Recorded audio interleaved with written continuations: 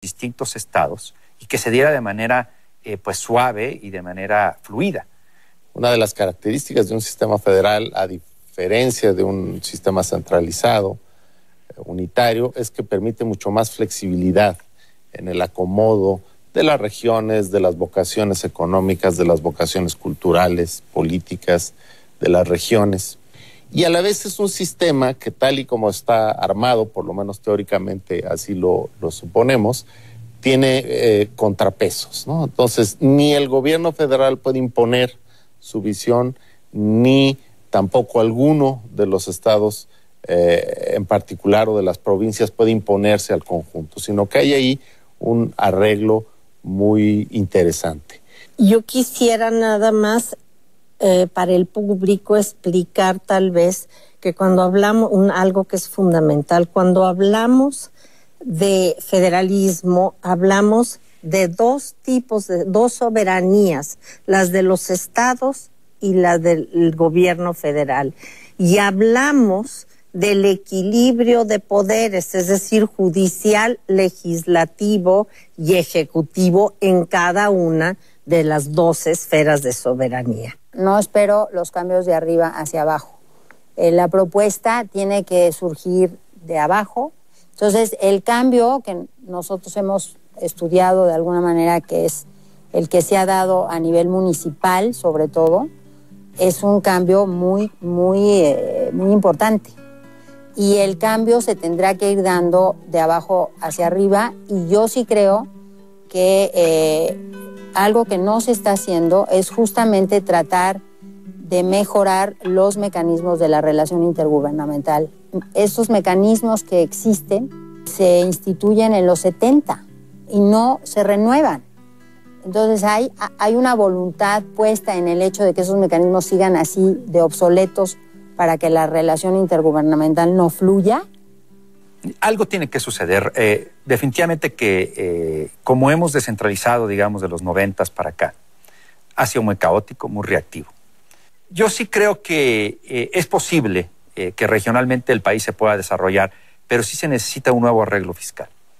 Las aportaciones como se diseñaron, no sé, en parte sí por presiones políticas, pero yo también creo que hubo algo de ineptitud. El maestro, que es el abuelo, don Jesús Silva Herzog, solía decir que se confundía mucho la corrupción con la ineptitud, y él creía que la ineptitud a veces predominaba sobre la corrupción.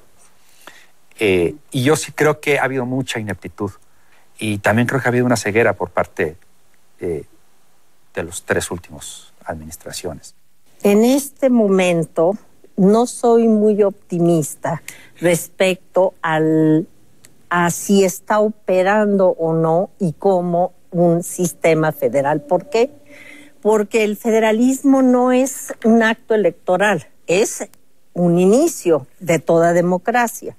Pero aquí parecemos confundir un poco el pluripartidismo y el acto electoral y la descentralización con un federalismo, repitiendo lo que ya dije, que requiere el funcionamiento de los tres poderes. Aquí no tenemos ese funcionamiento, no opera la justicia, no opera el Estado de Derecho, que no hay fuerzas del orden para imponerlo, no hay fuerzas del Estado para garantizar los derechos ciudadanos y por lo tanto para garantizar derechos de propiedad, derechos civiles, o sea, etcétera. Estamos en una grave crisis de ese sistema por el cual hemos optado, que llamamos federalismo.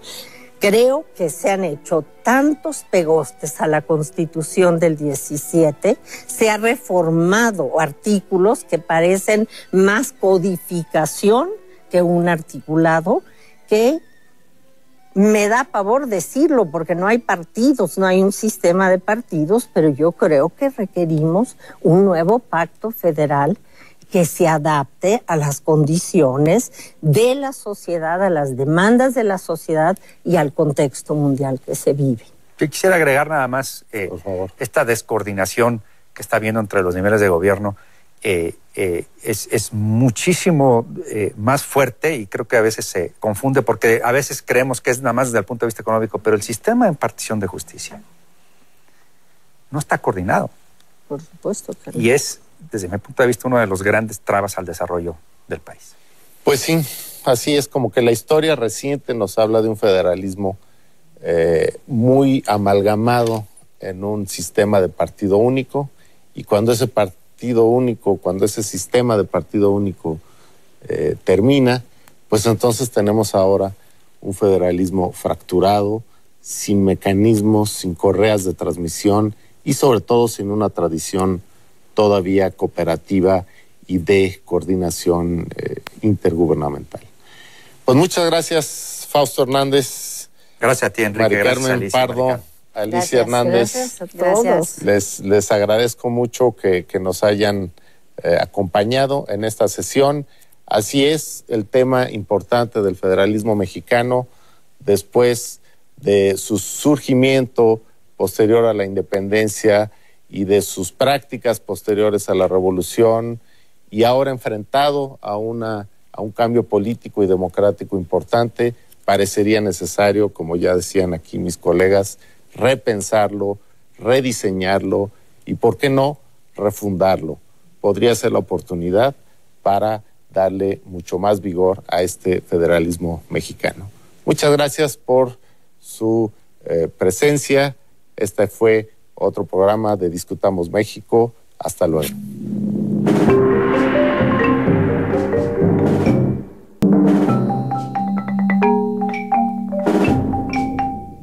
Bienvenidos a otra emisión de Discutamos México.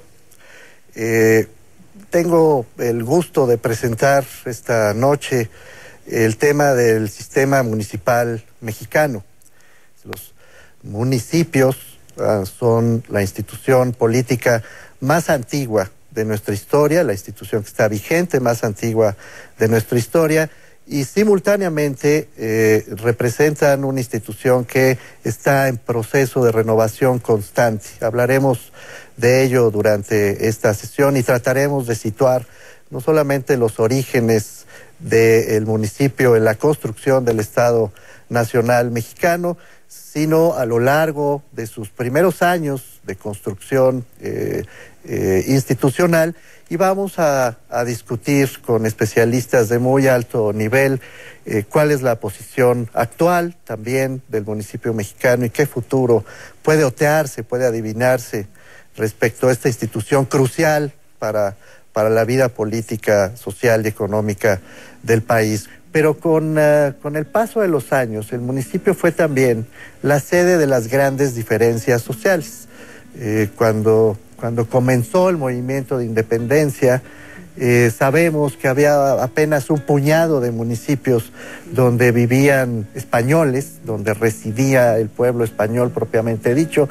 Los historiadores cuentan aproximadamente 29 municipios, pero de otro lado estaban las repúblicas de indios, estaban los pueblos donde residían los indígenas y que venían de una vieja tradición de exclusión y a la vez del sometimiento, de la protección que el Estado español les brindaba. De manera que apenas al nacer a la vida independiente, México tiene una doble tradición municipal, la de las grandes ciudades, en donde residen las personas más acaudaladas y donde hay mayores recursos, y de los pequeños pueblos, las comunidades más aisladas, más apartadas de todo el territorio nacional, en donde residen al mismo tiempo los más pobres. Es como un sino municipal. Hay procesos que nos acompañan todavía y que son de carácter estructural y que vale la pena subrayar porque están desde el origen mismo de la nación independiente a actual todavía.